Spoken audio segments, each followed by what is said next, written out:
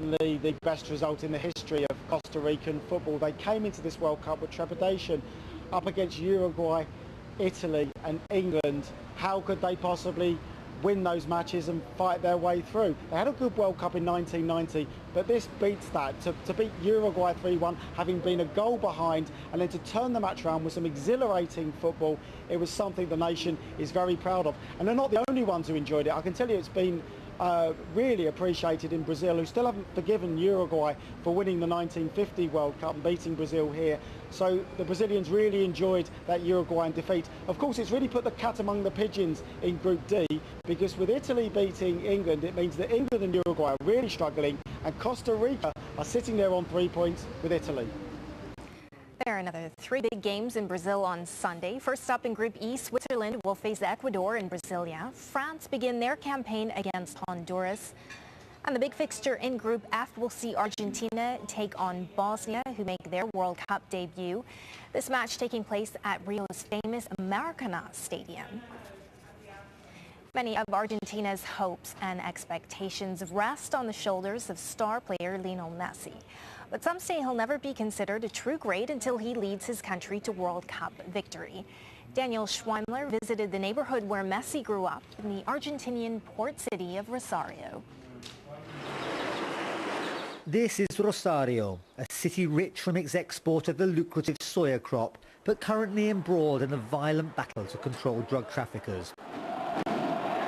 It's also a city with a deep footballing tradition, expressed in the fierce rivalry between its 2 main teams, Newell's Old Boys and Rosario Central. It's this hotbed of talent that produced the young Leo Messi. Here we've got the Rosario League, which is very competitive. It's our main sport, and this is a very rich footballing area. These little pitches produce a huge number of talented kids who aspire to play in the top divisions. Lionel Messi, born in this humble neighbourhood, was one of them. A precocious talent despite his tiny stature.